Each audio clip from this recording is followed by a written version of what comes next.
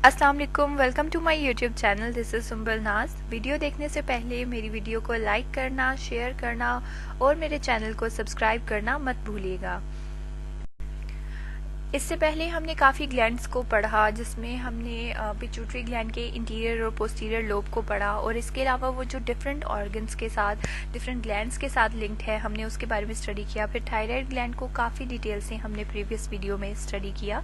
इसके अलावा अभी हम जो बात करेंगे वो जो रिमेनिंग ग्लैंड जो कि एंडोक्राइन सिस्टम का पार्ट है, उसको हम स्टडी करेंगे, जिसमें फर्स्ट है पाइनियल ग्लैंड। पाइनियल ग्लैंड बहुत ही छोटा सा और एक पी शेप ग्लैंड है, ब्रेन के अंदर ये प्रेजेंट होता है। इसको थर्ड आई कहा जाता है just because of its location, कि ये कहाँ पे लोकेटेड है।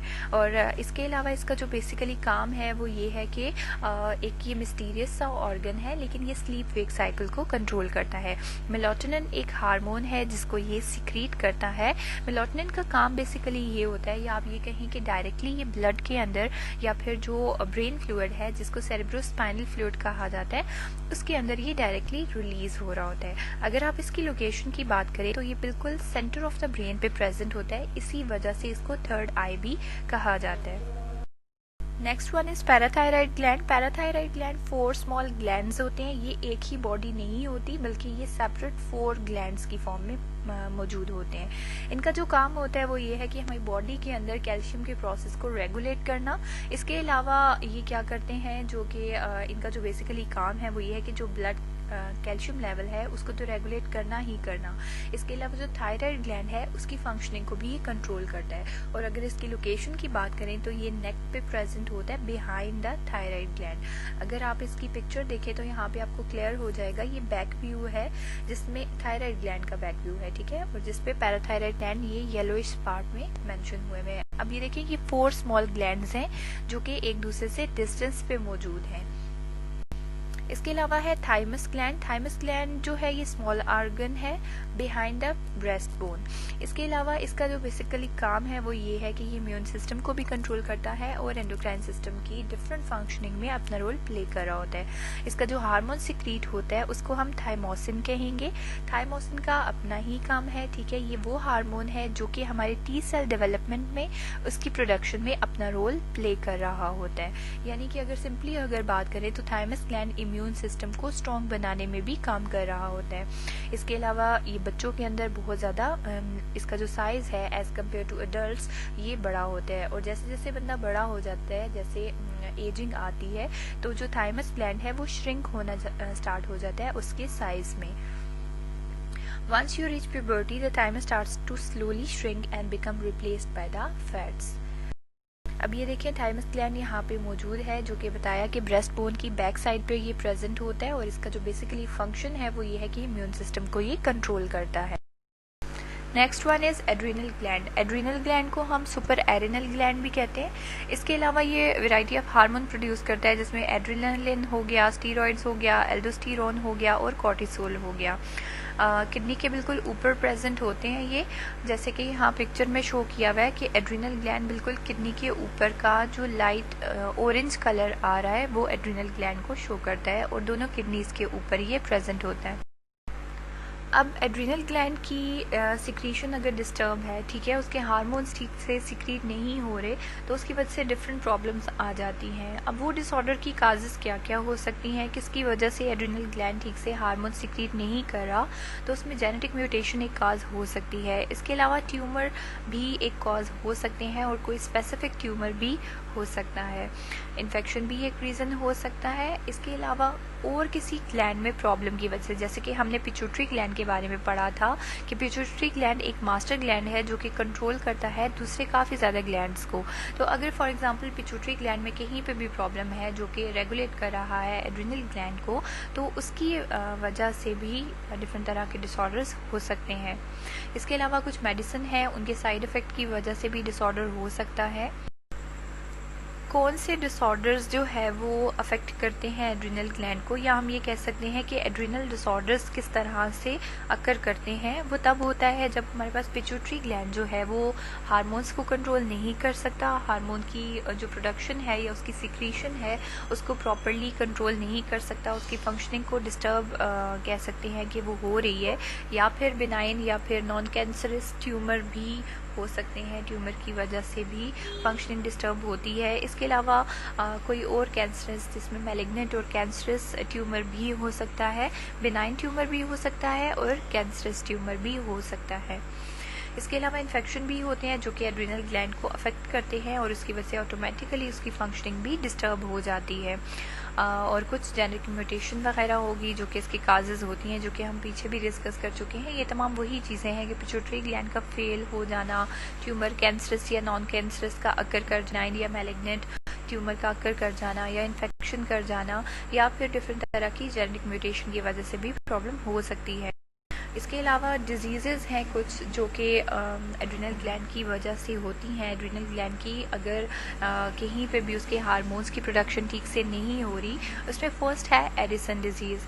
एडिसन डिजीज़ एक रेयर ऑटो इम्यून डिजीज़ है।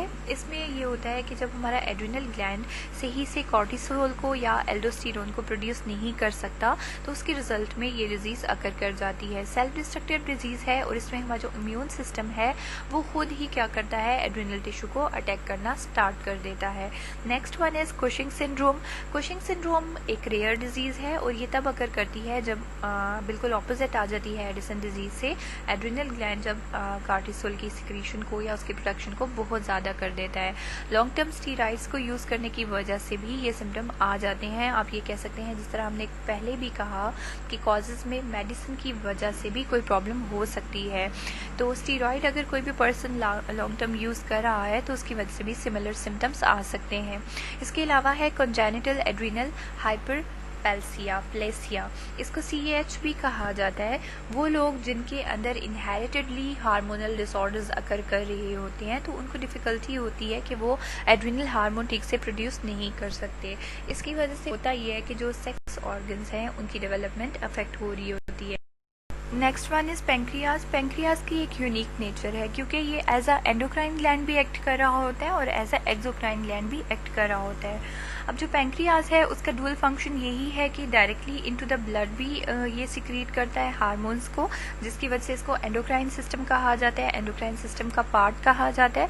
और इसके अलावा ये डिफरेंट एंजाइम को सिक्रीट करता है थ्रू डक्ट्स, जिसकी वजह से इसको एक्सोक्राइन सिस्टम भी कहा जाता है, या एक्सोक्राइन ग्लैंड कहा जाता है and the part of exocrine system कहा जाता है। इसके अंदर जो हार्मोन सिक्रीट हो रहे होते हैं वो है ग्लूकागोन और इंसुलिन।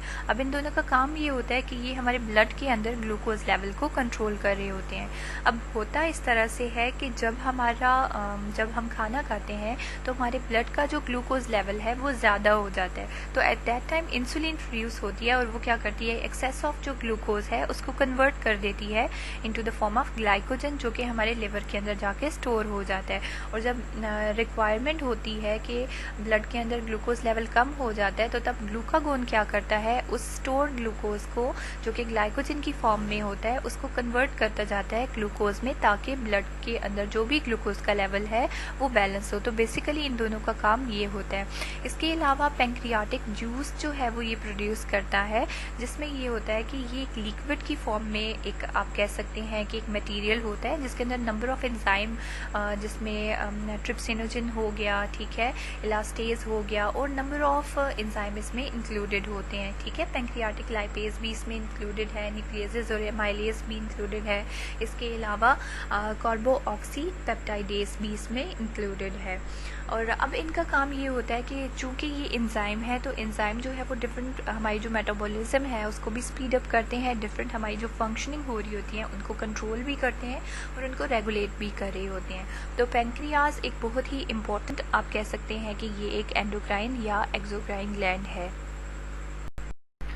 इस पिक्चर में बहुत क्लियर हो रहा है कि पेंक्रियाज यहाँ पे मेंशन किया हुआ है और ये बिल्कुल स्टमक की नीचे वाले पोर्शन में है, गाल ब्लैडर के साथ एसोसिएटेड है। और यहाँ पे आपको पेंक्रियाटिक डक्ट भी एक नज़र आ रही है। पेंक्रियाटिक डक्ट के थ्रू पेंक्रियाटिक जूस जो है वो सिक्रीट होता है, ठीक है। और ये बिल्कुल इसके अंदर आप देख लें कि कॉमन बाइल डक्ट एक है जो कि लिंक कर रही है पेंक्रियाज को गॉल ब्लैडर के साथ। इसके अलावा ये है कि जो पेंक्रियाटिक जूस होता है उसके अंदर नंबर ऑफ एंजाइम होते हैं जो कि हमारी बॉडी की डिफरेंट फंक्शनिंग को कंट्रोल कर रहे होते हैं।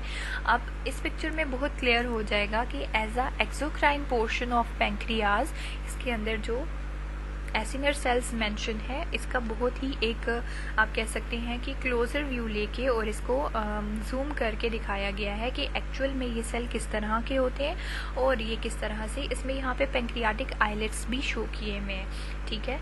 और इनका जो बेसिकली फंक्शन होता है वो यही होता है कि पेंक्रियाज जूस को ब्लड स्ट्रीम के अंदर थ्रू डक्ट जो है वो सिक्रीट कर देना। Thank you so much for watching and listening. I hope आज का जो भी लेक्चर था वो आपको समझ आया होगा। अगर आपको मेरी वीडियो पसंद आए तो don't forget to like, share, subscribe और बेल आइकन पे भी लाजमी क्लिक कीजिएगा ताकि मेरी आने वाली वीडियोस आपको मिलती रहें। अस्सलाम वालेकुम, अल्लाह हाफ़िज़।